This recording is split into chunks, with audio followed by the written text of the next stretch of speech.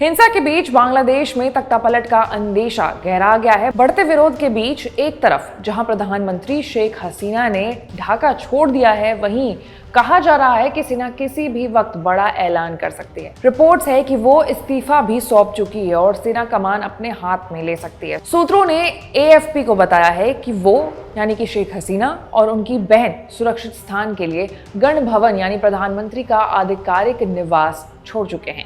वो एक भाषण रिकॉर्ड करना चाहती थी, लेकिन वो भी हो नहीं पाया, उन्हें भाषण रिकॉर्ड करने का मौका नहीं मिल पाया। अब यहाँ ये सब सोचने वाली बात ये है कि आखिर छात्रों के प्रदर्शन ने इतना रौद्र रूप कैसे ले लिया कि हसीना को इस्तीफा ही देना पड़ गया। सवाल है कि क्या छात्रों का प्रदर्शन हाईजैक हो गया था? तो यह आरक्षण के विरोध में शुरू हुआ ये प्रदर्शन अब पूरी तरीके से हिंसा में तब्दील हो चुका है। रविवार को हुई हिंसा में 100 से अधिक लोगों की मौत हो गई। सड़कों पर उत्पात मचा रहे प्रदर्शनकारियों को हटाने के लिए पुलिस ने बल का प्रयोग भी किया।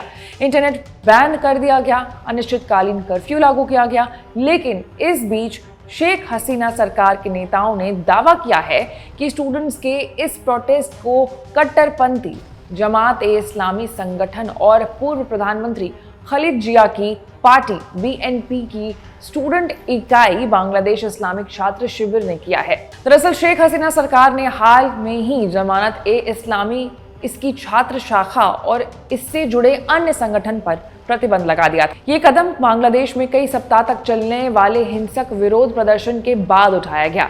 कहा जा रहा था कि सरकार की इस कार्रवाई के बाद ये संगठन शेख हसीना सरकार के खिलाफ सड़कों पर उतर आए। ऐसे में शेख हसीना सरकार को बड़ी मुश्किलों का सामना करना पड़ता है। शेख हसीना के खिलाफ सड़कों पर उतरे हुजूम को रोकने के लिए सरकार ने देश भर में अनिश्चितकालीन कर्फ्यू लगा दिया। इस कर्फ्यू की वजह से आवामी लीग का सोमवार को तय शोक जुलूस भी रद्द कर दिया गया था। अब ये पूरा मामला जो है वो आखिर भड़का क्यों है वो भी जान लेते हैं। तो ढाका और कई शहरों में विश्वविद्यालय के छात्र 1971 में पाकिस्तान से देश की आज़ादी के लिए लड़ने वाले युद्ध नायकों के रिश्तेदारों के लिए सार्वजनिक क्षेत्र की कुछ नौकरियों को आरक्षित करने पर संग्राम छेड़ा हुआ था।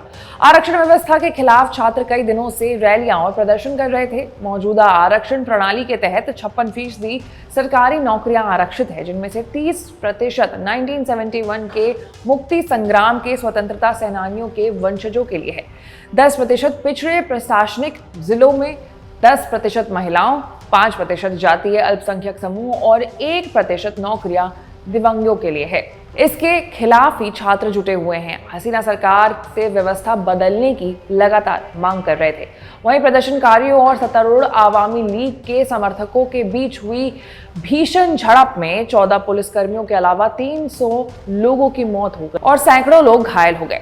इसके चलते अधिकारियों ने मोबाइल इंटरनेट सेवा बंद कर दी और अनिश्चितकाल के लिए पूरे देश में कर्फ्यू लगा दिया। असहयोग आंदोलन को लेकर के देश भर में हुई झड़पों, गोलीबारी और जवाबी हमलों में 300 से अधिक लोगों की जान चली गई। पुलिस मुख्यालय के अनुसार देश भर में 14 पुलिसकर्मियों के मारे जाने की खबर है, जिसमें से 13 राजगंज के इनायतपुर थाने के थे। अखबार के अनुसार कोमिला के एलियटगंज में एक व्यक्ति की हत्या कर दी गई। इसके अलावा 300 से अधिक पुलिसकर्मी घायल हो गए। हिंसा का ये दूसरा दौर है और कुछ दिनों की शांति के बाद प्रदर्शनकारी सड़क पर आ गए हैं। तो कुल मिलाकर के जो बात है वो यहाँ पर ये है कि शेख हसीना की जो पार्टी है, उसके जो नेता हैं, वो ये दावा कर रहे हैं कि छात्रों का जो प्रदर्शन है वो हाईजैक हो गया और कट्टरपंथी जो समुदाय है उन्होंने इस पूरे प्रदर्शन को हाईजैक किया और जो पूरा मामला है वो उग्र इनके ही कारण हुआ है।